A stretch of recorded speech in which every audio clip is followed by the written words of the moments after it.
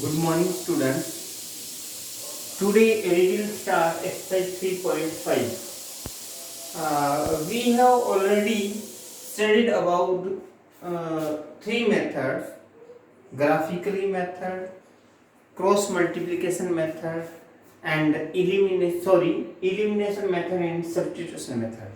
Today we will discuss about multiplication method.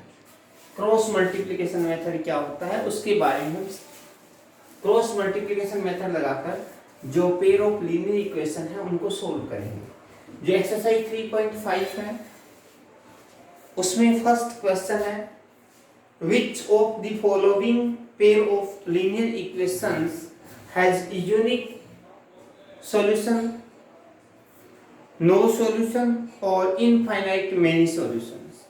In case there is a unique solution, find it by cross multiplication method. आपको क्या करना है, पहले check करना है कि सॉल्यूशन किस टाइप का है, यूनिक सॉल्यूशन है, नो सॉल्यूशन है या इनफाइनाइट मेनी सॉल्यूशन है। यदि यूनिक सॉल्यूशन है तो ही आपको फाइंड करना है, अदरवाइज नहीं करना है। मैं आपको फर्स्ट लेक्चर जो आपका इंट्रोडक्शन दिया था थर्ड चैप्टर का, इंट्रोडक्शन में ही मैंने आपको बताया था कि आप किस टाइप से a1 अपॉन a2 का रेशियो कंपेयर करके b1 अपॉन b2 से और आपका जो कांस्टेंट टर्म है तीनों के रेशियो को कंपेयर करके आप पता लगाते हैं कि सॉल्यूशन किस टाइप का है। जैसे फर्स्ट क्वेश्चन है x minus 3y minus 2 minus 3 is equal to 0। This is first equation.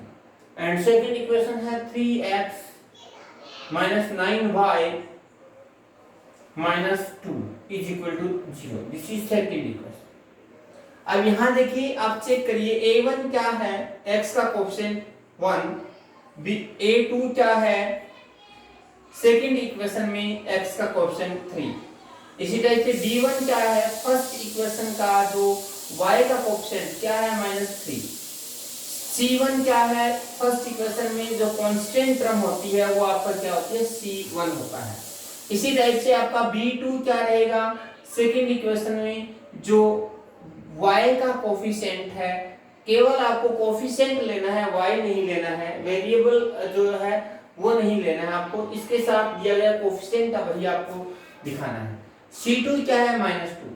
अब चेक करिए a1 upon a2 1 upon 3, b1 upon b2 minus 3 upon -9, minus से minus cancel 1 upon 3 and c1 upon c2 -3 upon -2, minus से minus cancel. अब देखिए a1 upon a2 1 upon 3, b1 upon b2 1 upon 3, but c1 upon c2 3 upon 2। So a1 upon a2 is equal to b1 upon b2 but not equal c1 upon c2। अब इस condition में क्या होती है, जो lines होती है lines parallel होती है, और जो पैरेलल लाइंस होती है तो क्या होता है, नो सॉल्यूशन होता है। सो नो सॉल्यूशन, यानी इस इक्वेशन का कोई सॉल्यूशन नहीं है। नो सॉल्यूशन है तो आपको आगे सॉल्व नहीं करना है। स्टेटमेंट में केवल ये दिया गया है कि यदि आपके पास यूनिक सॉल्यूशन है तो ही आपको फाइंड करना है, अदरवाइज नहीं करना है। इसी टाइप से आपका जो थर्ड पार्ट है इसका, इसमें क्या है, 3x minus 9 5y is equal to 20. This is the first equation and second equation क्या है, 6x minus 10y is equal to 40. This is the second equation. अब आपको क्या है, कंपेयर करना है रेशियो को। तो a1 फर्स्ट इक्वेशन का x का कोएफिशिएंट, b1 फर्स्ट इक्वेशन में y का कोएफिशिएंट, c1 जो कांस्टेंट टर्म है 20 तो 20 आ गया। इसी टाइप से a2 सेकंड इक्वेशन में x का कोएफिशिएंट क्या है, वो आपका a2 रहेगा, b2 सेकंड इक्वेशन में y का कोएफिशिएंट और c2 क्या है आपका 40 अपॉन। अब a upon a2, a1 upon a2 क्या रहेगा, 3 upon 6 1 upon 2, b1 upon b2 क्या है आपका -5 अपॉन -10, माइनस से minus cancel 1 upon 2 same C1/C2 20/40 1/2। देखिए सभी का रेशियो सेम है 1/2 1/2 1/2 because A1/A2 equal B1/B2 equal C1/C2 all ratios are equal so infinite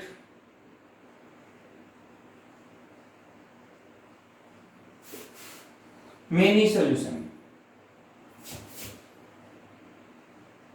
जब इनफाइनाइट मेनी सॉल्यूशन है तो भी आपको नहीं फाइंड करना है, केवल और केवल आपको क्या करना है, जब यूनिक सॉल्यूशन हो तो ही निकालना है। इनफाइनाइट मेनी सॉल्यूशंस है, इस कंडीशन को भी आपको केवल यानी जो आपका फर्स्ट पार्ट और सेकंड पार्ट है आपको केवल इतना ही शो करना है। इसके अलावा सॉरी थर्ड पार्ट, अब इसके अलावा जो सेकंड और थर्ड पार्ट है उसका आप जैसे रेशियो चेक करेंगे तो आपको यूनिक सॉल्यूशन मिलेगा। और जब यूनिक सॉल्यूशन है तो आपको क्या करना है, क्रॉस मल्टीप्लिकेशन मेथड लगाना है, स्टेटमेंट में बोला गया है। तो पहले आप चेक करिए कि सॉल्यूशन किस टाइप का है, यूनिक सॉल्यूशन किस कंडीशन में होता है, आप सभी को पता है।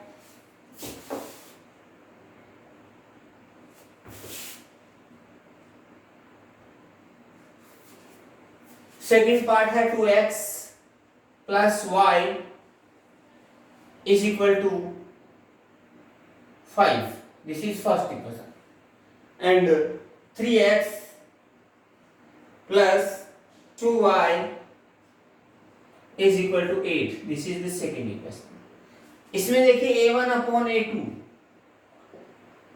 2/3 B1/B2 1/2 C1/C2 5/8।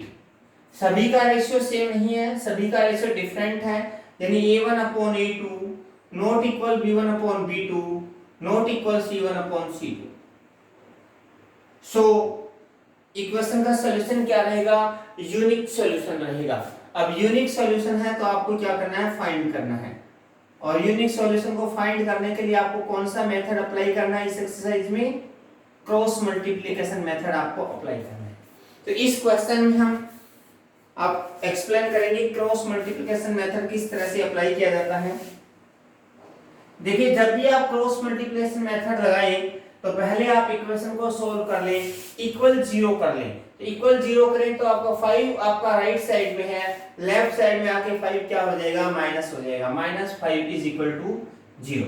इसी टाइप से 8 आपका जो राइट साइड में पॉजिटिव है, लेफ्ट साइड में आके क्या हो जाएगा, नेगेटिव हो जाएगा, इज इक्वल टू 0। अभी आपके क्या है, इक्वल आपको 0 करके दिखाना है। इसके बाद देखिए जो आपका x का कोएफिशिएंट है उसको हम एक नंबर दे देते हैं, ये 1 नंबर पे है, यानी इसी तरह से y है वो आपका 2 नंबर पे है, और जो आपकी कांस्टेंट टर्म है वो 3 नंबर पे है। आपको x y और 1 ले लेना है। यहाँ पे एक फॉर्मूला लगाना है आपको 2312 का, यानी आपको ध्यान रखना है 2312 का फॉर्मूला लगाना है। 2 का मीनिंग क्या होता है, y का कोएफिशिएंट, 3 का मीनिंग क्या होता है, कांस्टेंट टर्म, 1 का मीनिंग क्या होता है, x का कोएफिशिएंट, और 2 का मीनिंग क्या होता है, y का कोएफिशिएंट। देखिए आपके पास 3 है, x है, y है और 1 है, लेकिन आपके पास 4 डिजिट लिए हमने, तो इसके सेंटर में आपको इस टाइप से राइट करना है। अब पहले फर्स्ट इक्वेशन के आप जो कोएफिशिएंट है वही राइट करने वाली यहाँ पे। सेकंड नंबर का मतलब y का कोएफिशिएंट, फर्स्ट इक्वेशन में y का कोएफिशिएंट क्या है, 1। फर्स्ट इक्वेशन में थर्ड नंबर में जो कांस्टेंट टर्म क्या है आपकी, -5। 1 नंबर पे x का कोएफिशिएंट क्या है आपका, 2। फर्स्ट इक्वेशन में y का कोएफिशिएंट क्या है आपका, 1। इसी टाइप से सेकंड इक्वेशन लेना है। सेकंड इक्वेशन में सेकंड नंबर का मीनिंग y का कोएफिशिएंट क्या है, 2। 3 नंबर का मीनिंग -8। इसी टाइप से 1 का मीनिंग 3 और सेकंड इस वाला y का कोएफिशिएंट, सभी इस टाइप से राइट कर देंगे। इसके बाद आपको x अपॉन राइट करना है इसे। अब क्रॉस मल्टीप्लाई का मतलब ऊपर वाले का नीचे इससे मल्टीप्लाई, 1 की 8 से मल्टीप्लाई करेंगे, प्लस माइनस माइनस के 8 आएगा, इसकी इससे मल्टीप्लाई, 5 2 जा 10 माइनस के 10। अब ये आपके पास 2 नंबर आ गए हैं जो इनकी मल्टीप्लाई किया, पहले ऊपर से स्टार्ट होना है, मल्टीप्लाई करके यहाँ राइट करना है, नीचे से स्टार्ट होना है, मल्टीप्लाई करके यहाँ राइट करना है। इनके बीच में सेंटर में आपको क्या साइन देना है, नेगेटिव साइन देना है, माइनस आप शो करेंगे। इसी टाइप से next y is equal to का साइन आप लगाएंगे, is equal to y upon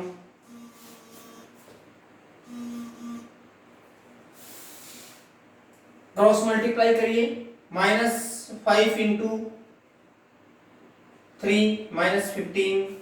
इस टाइप से इसकी मल्टीप्लाई करिए, 8 2 जा 16, माइनस है तो माइनस, और दोनों के बीच में साइन क्या लगाना आपको, माइनस का, इज इक्वल टू 1 अपॉन 2 2 जा 4, 3 1 जा 3, और साइन क्या लगाना है, माइनस का।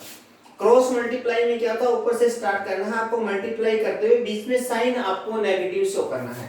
अब x अपॉन, देखिए बाहर माइनस है, अंदर भी माइनस है, माइनस और माइनस मल्टीप्लाई होके क्या हो जाएगा, प्लस हो जाएगा, प्लस के 10। y इज इक्वल टू -15, ये भी मल्टीप्लाई करेंगे तो क्या आ जाएगा, +16 is equal to 1 upon, minus करेंगे क्या आएगा, 1। तो x अपॉन प्लस के 10 है, माइनस के 8 है, सब्ट्रैक्ट करना है, सब्ट्रैक्ट करने पे क्या आएगा, 2 आएगा। साइन किसका लगा, जो ग्रेटर नंबर होता है, ग्रेटर नंबर 10 है तो साइन पॉजिटिव बचा, is equal to y upon 1 and 1 upon 1। हमारे पास 3 टर्म्स है, हमें x और y की वैल्यू निकालनी है, तो फ्रॉम फर्स्ट एंड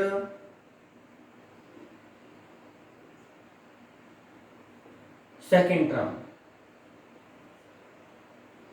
फर्स्ट और सेकंड टर्म से आप क्या करेंगे, x upon 2 is equal to 1 upon 3, first और थर्ड लेने पे, ठीक है ना, फर्स्ट और थर्ड टर्म से 1 अपॉन 1 क्रॉस मल्टीप्लाई करेंगे, x इज इक्वल टू क्या आ गया, 1।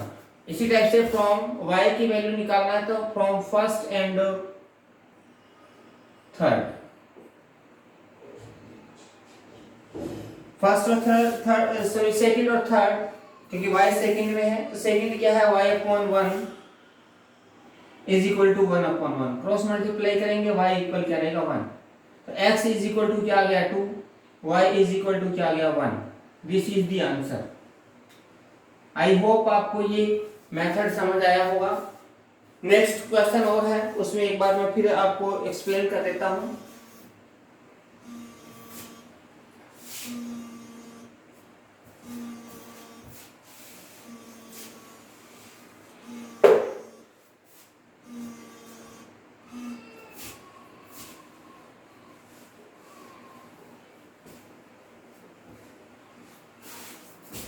नेक्स्ट क्या है, x upon minus 3y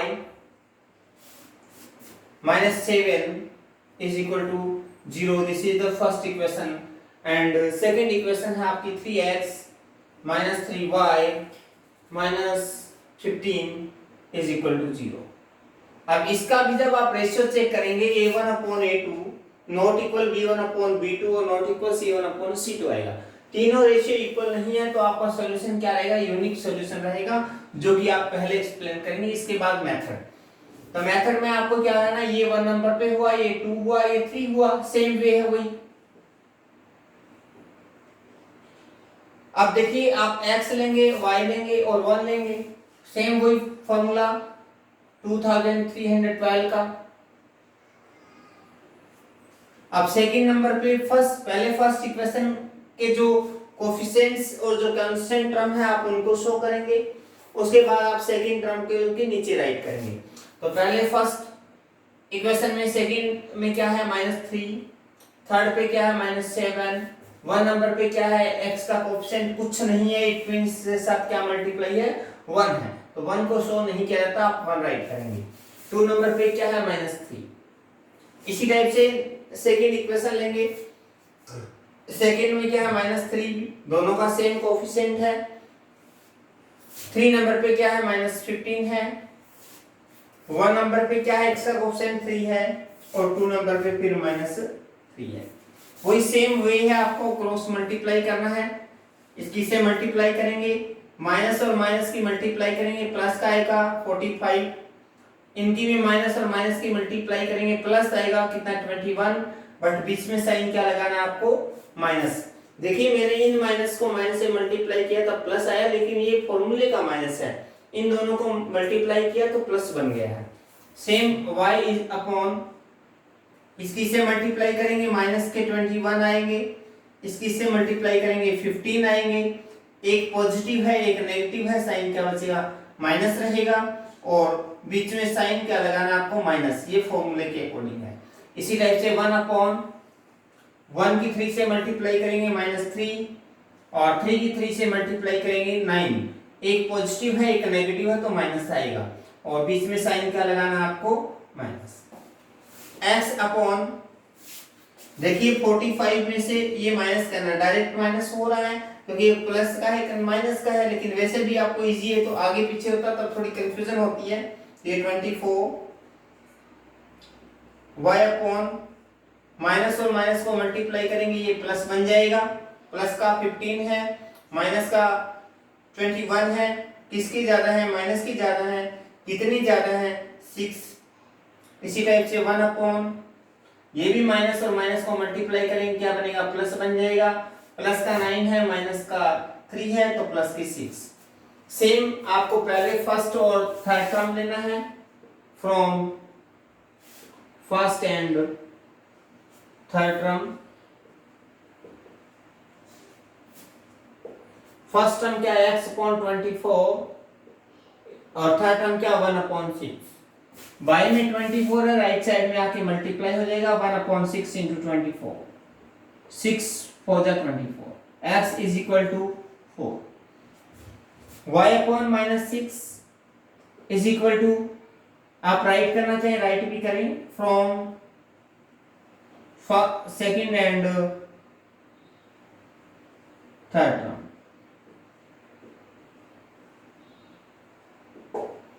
one upon 6, y equal 1 upon 6 into multiply हो जाएगा -6 कैंसिल हो गया, y is equal to -1 and x is equal to 4। This is the answer, x is equal to 4 and y is equal to -1।